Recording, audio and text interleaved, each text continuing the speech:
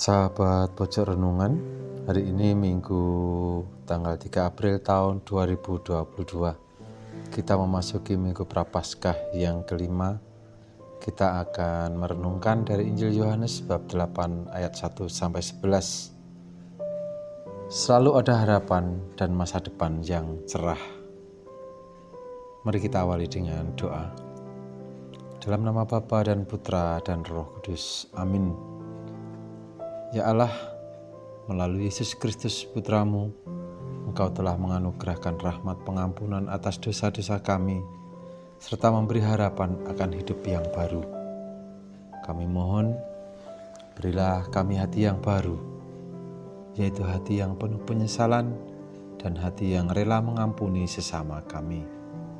Dengan pengatraan Kristus Tuhan kami, yang bersama dengan Dikau dalam persatuan Roh Kudus, hidup dan berkuasa Allah sepanjang segala masa. Amin. Dalam nama Bapa dan Putra dan Roh Kudus. Amin. Sahabat Pojok Renungan, kita semua pasti pernah melakukan kesalahan yang mengakibatkan dosa. Bahkan mungkin di antara kita juga ada yang memiliki masa lalu yang kelam, yang diakibatkan karena melakukan kesalahan dan dosa. Namun karena kasih Allah dan kerahimannya, kita semua memiliki harapan dan masa depan yang cerah karena adanya pengampunan dari Tuhan. Hari ini kita baca dari Injil Yohanes bagaimana Yesus mengasihi dan mengampuni wanita yang kedapatan berbuat zina dengan mengatakan, "Aku pun tidak menghukum engkau, pergilah, jangan berbuat dosa lagi mulai sekarang." Kita semua memiliki harapan dan masa depan yang lebih baik. Kekelaman masa silam dan kedosaan kita dapat diubah, asalkan kita mau mengakui dosa dan kesalahan kita, serta memiliki kemauan untuk berubah.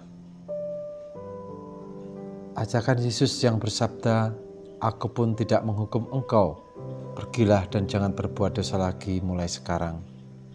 Hal ini menunjukkan kemaharahiman Allah dan cinta kasih-Nya yang tanpa batas, yang menginginkan agar hidup kita berkelimpahan berkat serta masa depan yang cerah.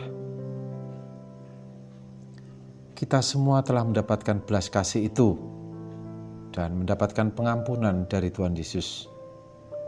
Bahkan Tuhan tidak memperhitungkan dosa dan kesalahan kita, asal kita mau mengakui dosa dan mohon ampun dan mendapatkan kerahiman darinya. Maka Tuhan juga menghendaki kita agar tidak bertindak menghakimi sesama kita dan mengampuni dosa dan kesalahan sesama kita. Kita akan selalu bertemu dengan orang-orang yang selalu membenci kita karena kita ini pengikut Kristus. Orang-orang yang memiliki kecenderungan atau motivasi untuk menjebak dan menghancurkan kita sebagai pengikut Kristus. Alangkah baiknya kita bisa mencontoh teladan Yesus dengan dorongan Roh Kudus, mengedepankan diplomasi cinta dan kerendahan hati, sebagaimana Tuhan menghadapi kaum pembencinya.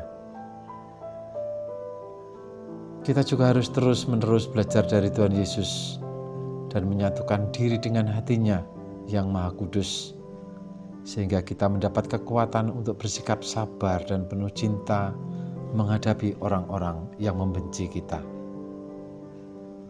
Semoga Tuhan semakin merajai hati kita, sehingga kita dimampukan menjadi manusia baru yang memiliki harapan dan masa depan yang cerah, dan yang pada akhirnya akan mampu melihat kerapuan kita sebelum menuding kerapuan sesama dan menjadikan kita sebagai tanda belas kasih, pengampunan, dan damai bagi sesama.